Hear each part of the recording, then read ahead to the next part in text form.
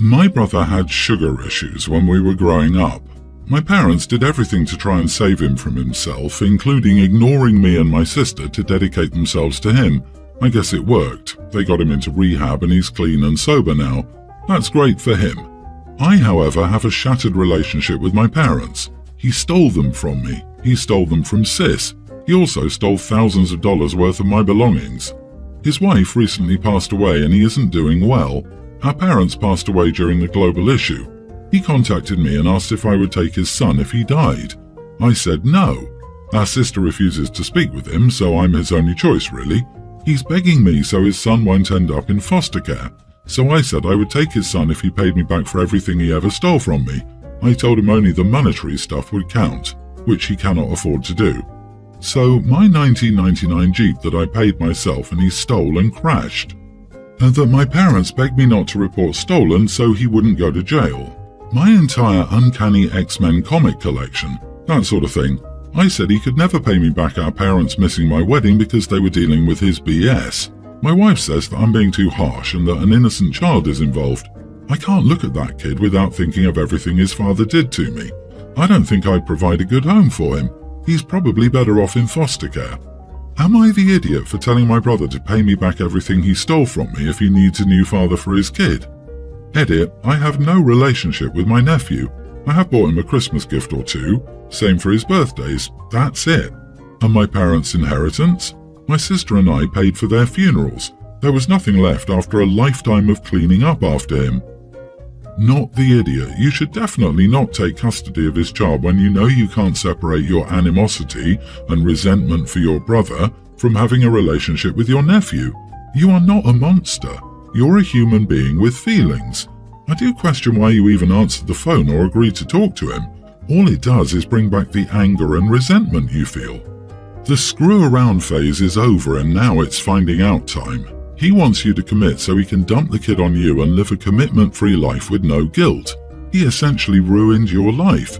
He stole from you. He took your relationship with your parents. I mean, he even caused them to miss your wedding. He can't treat you that horribly for your entire life and then expect you to do something that big for him. That's simply not the way the world works. I think your brother needs a reality check. And remind your wife that an innocent child, you, was screwed over by your toxic brother. Listen, no one can take your parents. The parents selfishly prioritize the brother over their other children. As simple as that. Also, the man lost his wife and both of his parents within a couple of years of each other. Of course he isn't doing well and thinking of what would happen if his kid lost his other parent. It's a normal thing to think about and plan for. Wait up. Why isn't your brother stepping up for his kid after his wife passed away? Is he implying he can't manage and wants to dump the kid on your doorstep? Backstory aside, no one should be pressured into parenthood. The commitment he's asking you to make, fostering or adopting a child, is a huge ask. It's a massive, tasking, time-consuming, expensive responsibility. It's not some tiny ask like a ride somewhere. I do feel for the child, though. He's going through something unimaginably difficult. The death of one parent, about to lose another, it sounds like, then the uncertainty of what will happen to him next. My mom had a health scare, so I've been visiting her since last week. Since my teen son Gene has been staying home due to a sprained ankle, I let him babysit his younger brothers, young grammar school, kindergartner and toddler, while I was gone. He's done it before and usually enjoys it, and I rarely ever let him babysit for more than a few hours, so I'm not parenting him before you guys come at me in the comments. This was an unusual and unexpected circumstance. It would never be this long if I could plan beforehand. I checked in daily with Gene to ensure things were going well, and he always assured me things were fine. But when I called him a couple of hours before I was due to be home, he didn't answer. I texted him as well, but no response. I was a bit worried, but since I called him earlier that day and things seemed fine, I assumed he put the younger kids down for a nap and had his phone on silencer or something. But when I got in, I first noticed that the front door was unlocked and no one was downstairs. I almost go full panic mode, but when I get upstairs, I find all of my sons are in Gene's bedroom, he's fallen asleep and the younger kids are just running around playing with his things. I wake him up and ask him why the front door's unlocked.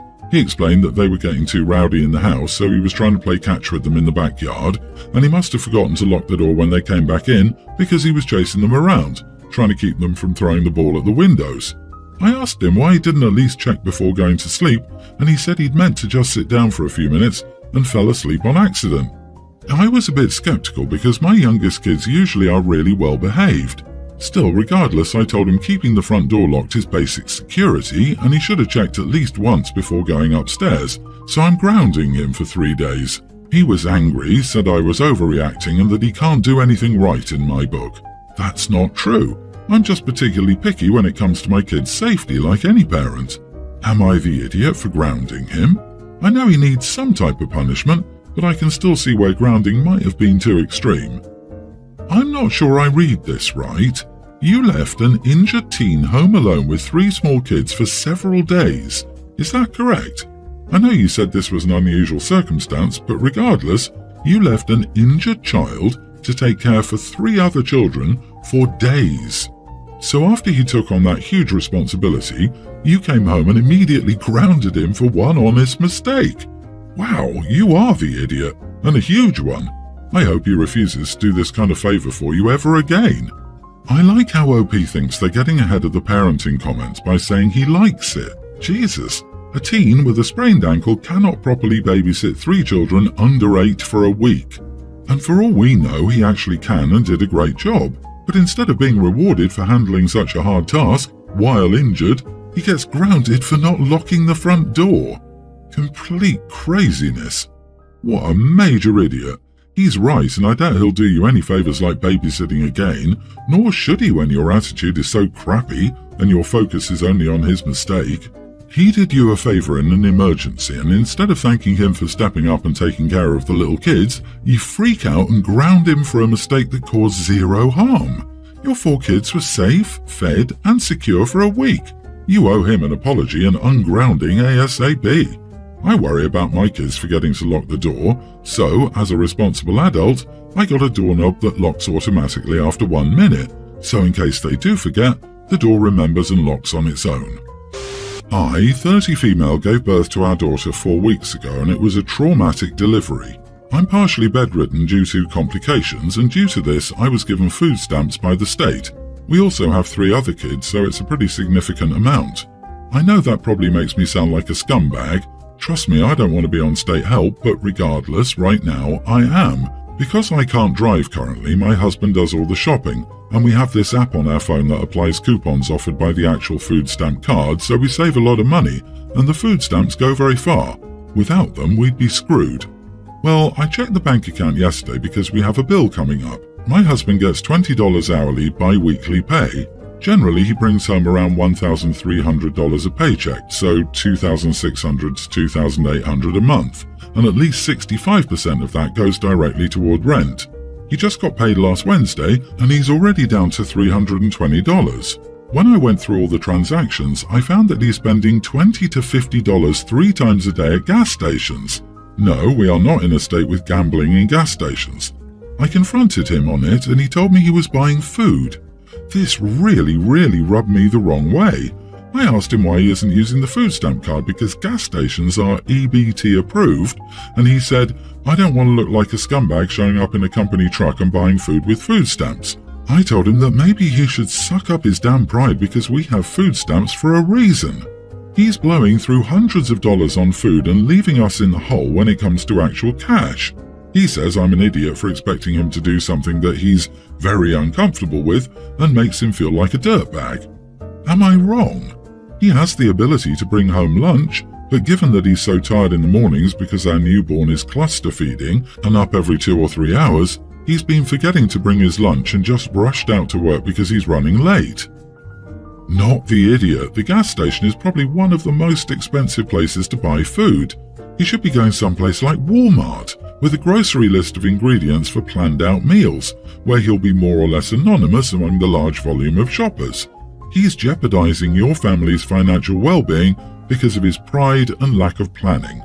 How the heck is he spending up to $150 a day on food at a gas station? Point out that he's not making $150 a day, so to spend that on food, he might as well quit his job. Also, point out that spending $150 on food from a gas station makes him look like more of a scumbag.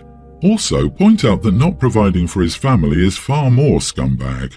Also point out that spending $150 on gas station food is the reason you need food stamps. You are not a scumbag for accepting assistance. That's what it's there for. You need to eat, feed your kids and stay alive. You're doing nothing wrong. Your husband sure has though. He needs to get a handle on his delicate, fragile petunia of an ego and feed his damn family using the necessary assistance and perhaps practice being a stronger person. He truly sounds oversensitive and should learn to control his emotions, or at least not let them control him. OP, he is not buying food. Keep in mind they sell other stuff, cigs and alcohol at gas stations. That amount sounds like he's buying alcohol, tobacco or something else. This would make more sense than being scared to pull out a little card that no one else in live will probably even see. I was invited to my college friend's wedding, and on the invite he asked for $300 as the wedding gift as they won't be accepting non-cash contributions. A couple of friends and I wanted to bring our partners to the wedding. My friend said that if guests were to bring a +1, the +1 would have to pay a $300 attendance fee to cover their seat as they weren't initially invited. My friend said that the wedding cost them $300 per person, so it'd be fair for the +1 to pay for their attendance. After looking into the wedding venue, I found their pricing and it was $250 per person, so $50 less per person taking everything into account. I feel obligated to attend because my friend is insisting that I attend his wedding since it's a once-in-a-lifetime opportunity and I should be there to support him and his bride. We thought our partners would be invited anyway when we first heard about the news because the groom knows them. I was going to give extra to help pay for the seat if I did bring my partner because that's how it is in some cultures, but I was confused about why the price was different. Am I the idiot if I asked my friend about the wedding guest attendance fee? I wouldn't ask, but then I just wouldn't bother to go and spend the $600 on a posh weekend away instead. Who sends invites for a wedding where the guests are expected to pay for it? Is this normal? You are not the idiot. Your friend is a tacky idiot. You don't charge your guests to come to your wedding. If you can't afford it without doing that, you need to scale it back to something you actually can afford. Attendance fee. Who does he think he is? Taylor Swift? I bet you'd have more fun at her concert than at this so-called friend's wedding. Once in a lifetime. Dude, I'm European. I'd been to about 20 weddings by the time I turned 6, and there's nothing that special about them. I'd nope right out of that. If attendance fees become a thing, I won't ever attend another wedding. Why do you think the groom is so insistent about people attending? It's because for every person who declines, they have an extra $250. Also, don't gain $50 per guest. So rude. The standard etiquette, at least where I'm from, is that the guests are socially expected to give a wedding present, which can be cash, but it's not like a charge of a specific amount to enter the venue. To be honest, unless I was really close to this person, I wouldn't attend if that's how transactional they want to make the wedding. With the way they set it up, it sounds more like a profit-seeking business activity rather than a wedding. I, female 30, have worked in my current role for over a year and I absolutely love it. The only thing is that until now I've been the only female in the entire office, not just my team, as in every single colleague is a man. I don't mind, I like my co-workers, and unlike other workplaces, I've never had a single issue with an inappropriate comment or something similar. Recently, a new hire started. She's 25 or 30, works outside of my team but is part of a team I work with regularly, so we've interacted a couple of times. Then we chatted during a company dinner, and she now seeks me out during lunch. I have no issue with this, she's friendly and finds me more approachable than her team members. So far the conversations have all been general chit-chat, nothing too serious, but also not super work-focused as I don't want to talk shop at lunch. Last week, as usual, she found me at my desk, asking if I wanted to grab something to eat. She then suggested we go to a sit-down place rather than bring food back to the office. Fine by me. At the cafe, she straight up asked me who the issue men were at work. I was confused, so she clarified, asking who was creepy and who should be avoided. I was a bit surprised, but honestly told her that everyone has always been friendly and kind, and that I haven't experienced anything like that at this company. She seemed like she didn't believe me and kept pressing, but I kept saying more of the same. As I was packing up on Friday, the new hire asked if we could walk to the elevator together. During the trip down, she said she was very disappointed that I wasn't sharing names with her so she could protect herself from creeps.